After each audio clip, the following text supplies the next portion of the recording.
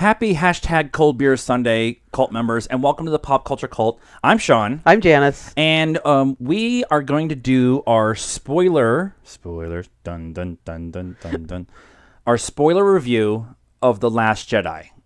Now, if you have not seen the movie, do not watch this video, because we're going to spoil the shit out of some stuff. Yep. And it's very important that you actually go see the movie before you see any spoilers at all. Yes. So I'm going to say this one more time. Spoilers, spoilers, spoilers. You have been warned. Okay. And go. Hi. Okay. So we did a non-spoiler review. If you have not seen the movie yet, please go watch that. But what we wanted to do in this one is talk about more of how things that we liked and didn't like about the movie. Yes. We talked about in the last one how it was a very different movie and how it's very we were happy with some of the decisions and not happy with other decisions. Yeah. We both discussed too that we need to see it again before we Give it a score. give it a score. If you're looking for a score, I mean, we can fake one if you want, but we actually both want to see it again at least one more time. We'll have a score by our top 10 show, which will probably be not this Monday, but the following Monday, right? The week between Christmas and New Year's. Yeah, so that's- yeah. So overall, we both are in a. She is okay with it. I really liked it, but it took me a minute to get there, right? Yeah. And I think part of the reason why I had a hard time with it was there are moments within this movie that are very much not Star Wars. Some of the comedy bits, although I think they hit, some of the comedy stuff is very outside the norm for Star Wars. Yeah. And I know it's a weird place to start, but we have to kind of start there and work our way forward. What were some of the things that, like the comedy stuff at least, that you kind of that I liked or didn't like? So the I liked the at the very beginning, the Poe Dameron and Hux thing with the I'm holding for Admiral Hux or General Hux, and that was, I thought that was funny because it called back to the last one where he was doing the whole I don't know how to talk to you with this thing on.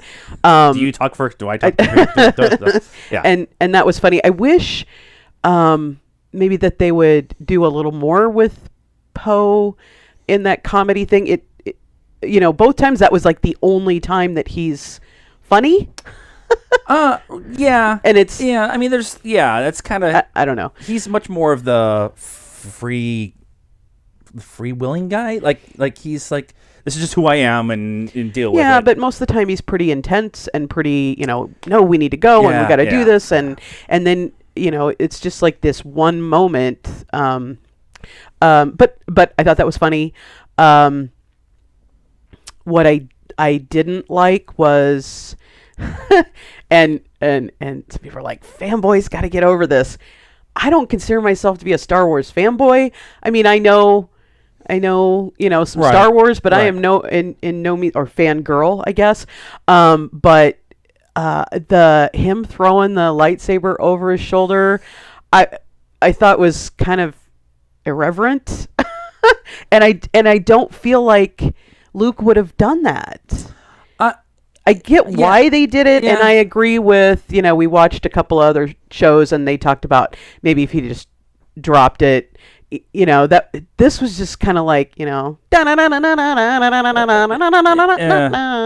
was weird. Initially I felt the same way, and I woke up early yesterday after seeing the movie on Friday and spent 2 hours laying in bed thinking about this. So that's just to tell you what I've kind of been going through. That particular scene, though, I feel like the lightsaber for us fanboys, that particular lightsaber, the Skywalker lightsaber, is the connective tissue to everything else that's gone on in the universe. It's the relic from Anakin to Luke to Rey. It's the connective tissue for everything. And when Rey hands it to Luke and he looks at it and throws it away, I took that as everything that you've known in the Star Wars universe is now thrown out. because you've taken this physical relic, this physical thing that is Star Wars, and thrown away. And now everything from here on out is brand new, and that ties into the scene at the end where Leia and Rey are sitting there, and the lightsaber is in two pieces. There's a scene where Kylo and Rey actually fight, and they break the Skywalker lightsaber. Rey's holding it, and it's in two pieces in her hands. And she's like, "What do we do now?" And so it's a physical representation of the Star Wars galaxy as we know it is completely gone, and it's now it's broke, it's shattered, it's something completely new going on. So I get why people didn't like that, but I think it's more of a physical representation of what they were doing in this movie. Yeah. Yeah. I get that. There are some, being a fanboy that I am, I've done a lot of the reading of the new canon, and watching Rebels and reading the comics, and getting caught up on all that stuff. And there was some stuff that happened in this movie that I wanted to talk about with you. There was stuff that happened with Admiral Horso, Laura Dern's character. She is like a lifelong friend of Leia. And in the Princess of Alderaan Leia book, and she's Luna from Harry Potter. She's very kind of whimsical and very smart, but kind of off the rails kind of thing. And she was very formal in this movie and kind of a secondary character, and I had a really hard time with that. And that was one of the things that I really struggled with, was they built up this character in this book, and the book is amazing, and I loved her. I love Luna too. It's kind of reminds me of me a little bit, but they build up this character, and then they just kind of, she's the vehicle to get them free, essentially. Yeah. And I don't know how you felt about her not knowing all the backstory. Okay, and stuff. well, we were talking about comedy. I'm sorry, I was trying to move and forward. Then you went somewhere else. I moved forward. I was trying to move it forward. All right, so you don't want to talk about comedy anymore? Because I'll talk about some of the things that I didn't. Okay. So I think there were 4 big things that I didn't like, having not read the books and all of that. Right. I didn't like how Leia gets blown out into space, and she's there for however long, and then purs herself back in, and she's still alive. We have never, in the movies at least, seen that is possible in the Force. That you can be dead for all essential purposes, and then, or should be dead. I mean, Luke has never done anything like that. He's come close, but he hasn't force-willed himself to be alive or to pull himself out of the situation. There's always somebody comes along and saves him. Han comes along and saves him, or whatever. So I thought that was a little cheesy. I didn't like not Javier Bardem, not Antonio Banderas. Benicio del Toro. We should have wrote one of those Hispanic guys. I didn't like his character. I don't understand what the point. You brought Benicio del Toro in to do this. That's my thing with Laura Dern. You brought Laura Dern in to be this like nothing character. It could have been anybody, and it didn't need to be Benicio del Toro. So I don't, and they hid his identity. They never talked about him. He was never in any of the group interviews and stuff. Right. And so you're thinking, oh, DJ's got to be some big character, and he turns out to be. I mean, his character propels the plot. Right, because of him, they get captured. Right. But that could have been anybody. I don't understand why it needed to be Benicio del Toro, and I thought that was a waste. I didn't. I had 4, and now I'm trying to remember because my last one's going to be the obvious one. The stuff with del Toro, I've had a feeling. I'm stalling for you. No, that's fine. I felt for a long time that he was Ezra. he was Ezra. Because it would make sense, at least time-wise and everything else.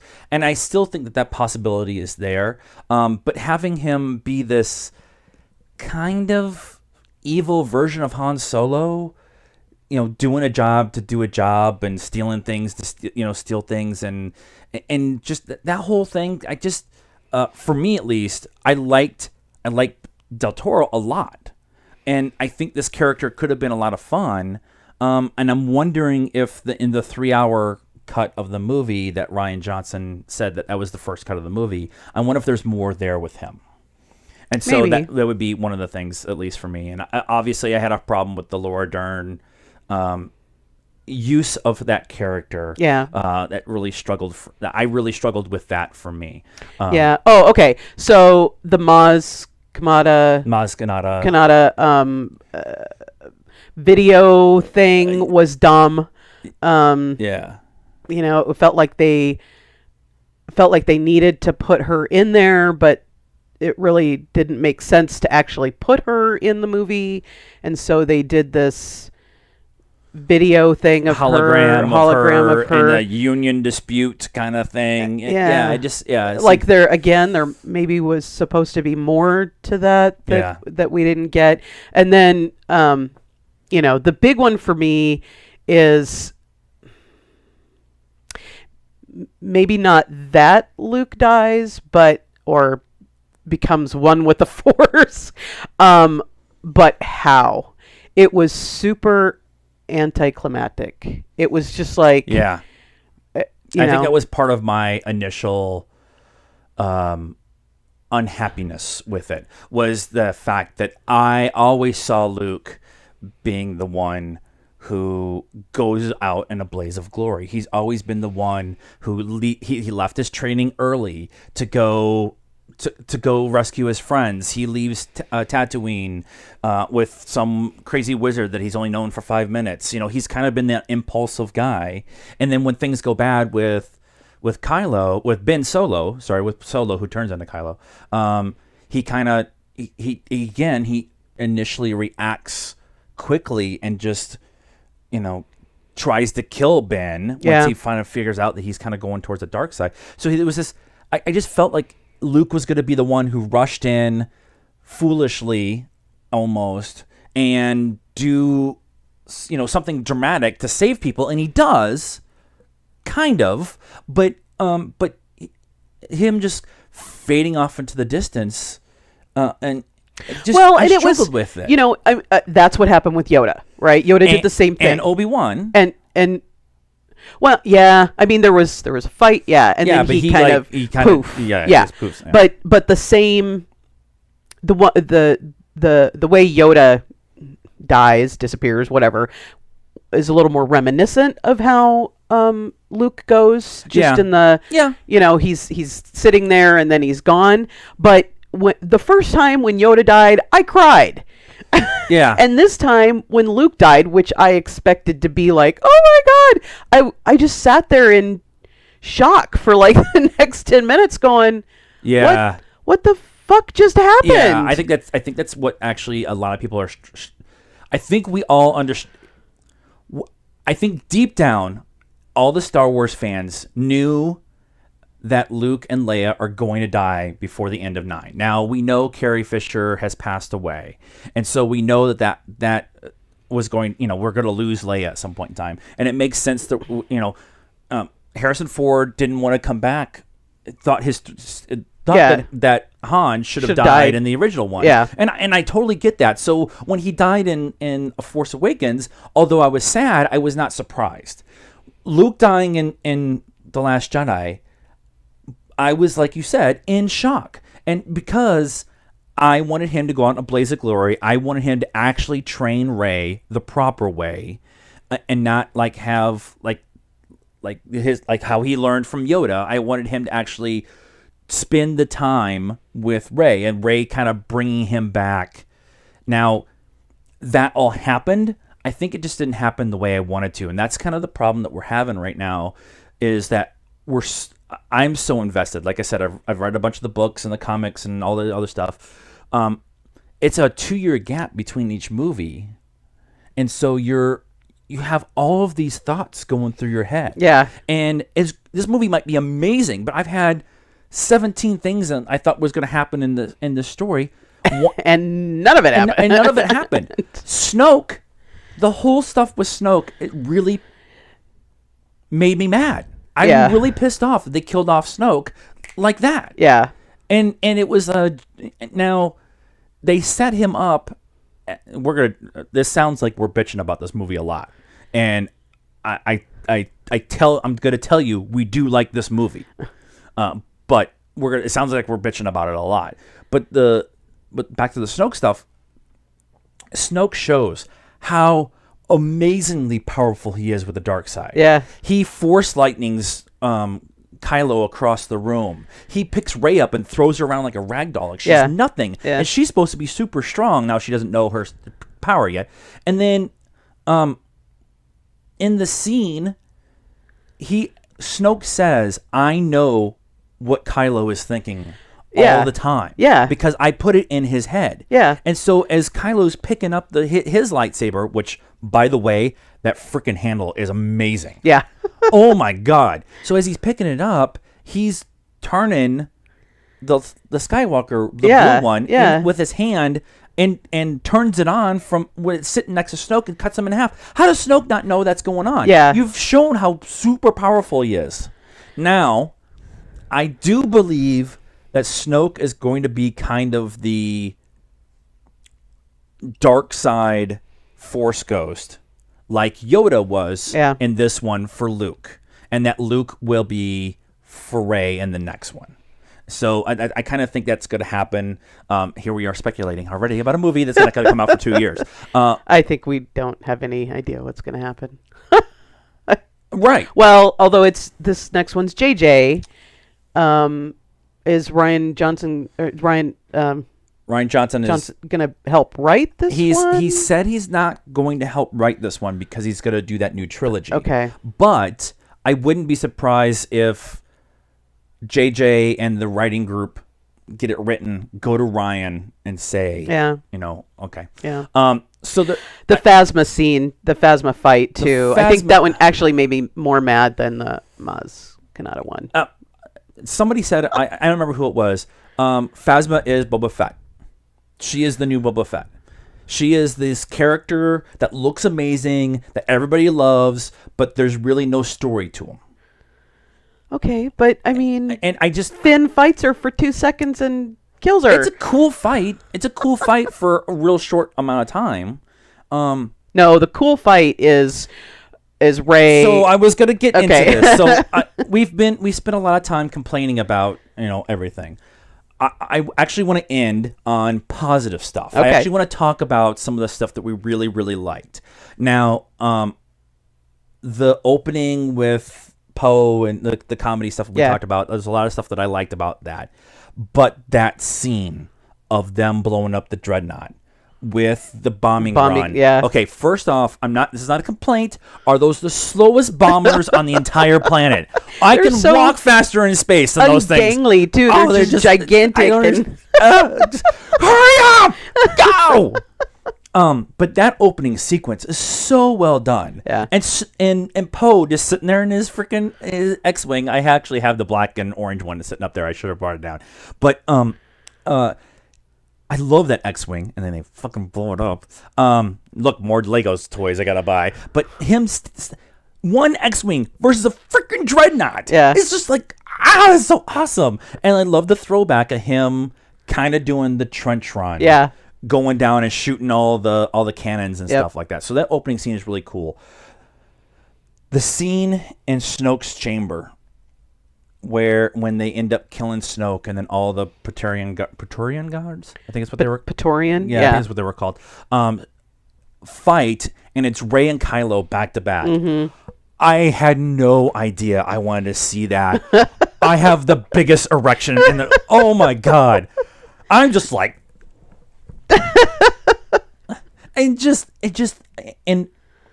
that whole I don't know, it was like a behind the scenes or whatever, where you see Daisy Ridley working on everything. working and with the guys all, and I'm like, oh, this is it. This is what that is for. Yeah, and it was awesome. It was so well shot, and just that glossy red room in the background, and they're and the guard are all in those red outfits, and the camera does. It's not the bullet time camera movement, but it's turning with them as they fight through the scene, and just oh my god, my nipples are hurting. It's so cool. We don't get a lightsaber on lightsaber battle for the first time in a Star Wars movie, in a saga new movie. We didn't have it in Rogue One, but we don't. That's the first time we don't have one in this movie, right? And but we got something I think maybe better with the two of them teaming up. Yeah, and Daisy Ridley. I always call her Ripley for some strange reason. Daisy Ridley and Adam Driver are actually athletic people. Yeah. They pull off the stunts and stuff. Yeah, really the whole well. where she goes on his back and then like shoots off. Yeah, she's like this, and that was cool. It was so well done. So the scene on Crate. So they get on Crate. I'm not gonna bitch about the longest chase battle ever because it was a plot device, which was fine. Yeah. But this everything that happens on Crate, my issues with the canon and stuff building up of Crate beside, it looks amazing, but that battle is great for a handful of Resistance people left in that giant gate. Yeah. With these crookedy old skimmers going against these guerrilla walkers, and just that freaking the base cannon or whatever the freaking that thing that's not amazing. But the scene that I will be talked about for years and years and years outside of the Rey and Kylo scene is going to be Luke on Crate kissing Leia on the forehead, giving her the dice from the Millennium Falcon, and then walking out and having this standoff with the entire First Order, essentially. Yeah. And they give you all the hints that he's not really there, but they do, but they aren't blatant with it. Yeah. He walks out and his clothes are different. He's not younger. as gray. Yeah. And I like when he walked out, I'm like, as soon as he walked out into the opening out of the base, I'm like, there's something wrong. Like he's younger. Well, and so I kind of thought that maybe it was that, he left I didn't think that he wasn't there. But I thought that him leaving the island and making this decision to come back and to help fight had, kind of rejuvenated him. Yeah. I kind of thought the same thing. And then all the freaking everybody firing on him, and then he just kind of does the whole that line good. hit. That one was like, oh, that's amazing. Like, yeah. But they show like they give you hints that he's not there, and just the misdirection the whole time of everything going on, and he cuts him in half. Oh no, he doesn't. He's not really here. Like I think maybe that's why his death, because we thought he had already survived. Yeah. I think maybe that's why the death kind of hit us a little, like he just kind of like, I'm one with the Force again, and goes off. But those are the scenes. But I also really like Mark Hamill was amazing in this. Yeah, I would really like to see him get some kind of nominations of something for his performance, at least playing this character and everything. Was there anything else that you really really liked? Other than that, I do like the story. I know that's kind of hard to believe. No, there were a lot of good moments. I just wanted those good moments to string together all the way, and it was good, and then what, and then good, and then yeah. The casino planet, Baito Canton. I cannot remember the name of the freaking casino. I could do without all of that. Yeah, I understand understand what they were trying to do there, because there's a line that actually is set up there. There's actually two lines. All these people are rich because of the war machine between the Empire, First Order, and the Rebellion Resistance. Okay, so they are all rich because of that, and DJ actually makes a point of showing Finn all the ships that were bought by this one person or sold by this one person, the ship that they stole, and it was a TIE fighter and all this other stuff, and then there's an X-wing. The good guys and the bad guys. So is it really about good guys and bad guys, or is it just one big machine kind of going on? So that part I really, especially with what's going on in our world here in the States, it was a nice social commentary without throwing it in your face. Yeah. And I appreciate that. I really do. I also appreciate the fact that I was just in my head. This is what happens when we're not drinking before we start doing this. Overall, I think I really, I know what it was. The decision, the thing that I really like the most is the decision of there is no more Jedi, and there is no more Sith. There is light side and dark side of the Force. Yeah. And the further we went along in the movie, the darker Rey's clothes got. And the further we went along in the movie, the lighter the light was around Kylo. Because he's super dark inside his ship, and he's attacking. And he loses the mask. And he loses the mask. But even towards the end, the way they light him, even though he's got dark clothes on, his face is lit up more and stuff like that. So the more I love the kind of doing this, the going to much more towards the middle of the Force and bringing balance and stuff. I think that is actually what for the storytelling process, that's what I really like the most. And I just think that really nails it, because you had the two extremes, which caused the Jedi-Sith War in the Old Republic. Back to the fanboy here. Here we go. So you get the two extremes. You are absolute good. You can't have connections to anyone. You live this penitent lifestyle. It was and definitely stuff like that. a more graying of the universe, I guess. Yeah, and I think is one, great storytelling, but two, opens it up for so much more. Yeah. Now you have somebody like Rey who is a good person, but it's touching the dark. And Kylo's the reverse of that. The reverse of that, right. And you could see the conflict in Kylo. The hand where he's reaching his hand out. Oh, by the way, they were both in the same room from the trailer. Remember from the trailer, everybody's like, they're not even in the same room. No, they were in the same room. And he reaches his hand out. But when she says that line, you actually had gone to the restroom. When she says the line of, "I need a teacher." That was to Luke. Was it in the cavern? Okay. Yeah. So, but you could see in that point, he actually feels like he's doing right. Yeah. Everybody's the good guy in their own story, and that's what he felt. Yeah. Even though he's super emotional and everything, and he's screaming, blow up that ship when the Millennium Falcon comes in and stuff. So I liked all of that. So I wanted to point out real quick the ending.